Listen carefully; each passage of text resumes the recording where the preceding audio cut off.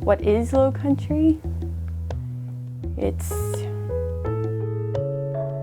a combination of a lot of little things, the people and the nature. It is slower paced, and I think mainly you have to have patience. You live out here, you have to drive an hour to go anywhere. When I met my wife, we drove from college down, and she rolled down the window when we got to the first bridge onto one of the sea islands, and she said, "You smell that?" And I said, "It smells terrible." And she said, "No, that's home." I now feel the same way. You smell that pluff mud coming over the bridge, and it's home. Every community in this area, at least in the South, would bring all their product from their farm to a central mill in each community. Each community had a mill, and the mill was kind of it pulled the community together, but it also kind of fed each little community.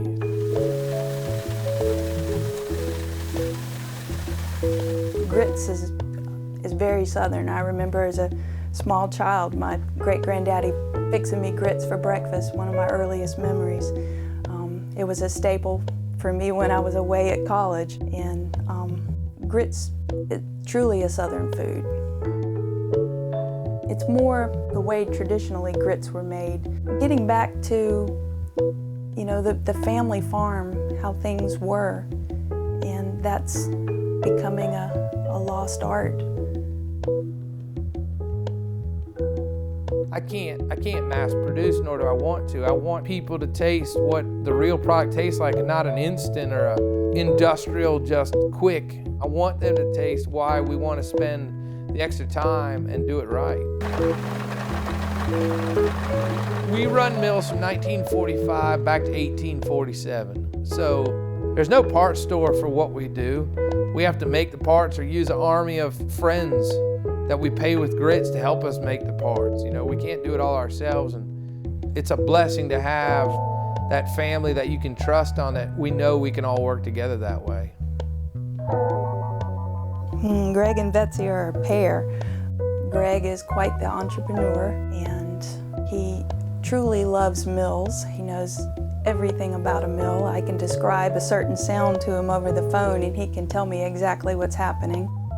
Betsy's my sister. She's my youngest sister. I'm about 13 years older than she is. She's my best friend. I'm very blessed to have them as my family. Greg is a go-getter. He started milling really I guess it was middle school. I know he fell in love with it then, and I'd never seen a mill. You know, growing up down here, there weren't a lot left. So anyway, we met and then got married, and he took me to a milling demonstration at a tractor show, and we helped out for the weekend, and I fell in love with it. I'm 36 years old, and I can't name another miller even near my age. You know, all the guys that have taught me are beyond. They can't continue to go, and the next generation isn't picking it up. So I do think there's a lot of opportunity for us, but I got the same fears, I think, as a lot of small business owners, how I'm gonna pay the bills, how make a living for my family, and I can get caught up in all that. And my wife's able to ground me and say, you know, there's a reason for everything. We have what we need. We're blessed with more than we need. I got fears all the time, but I got a great, steady warrior group of friends and family that support it to help me through it.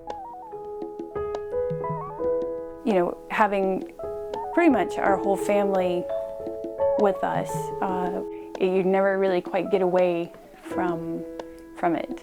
But it's really rewarding to see people enjoy what you work hard to do.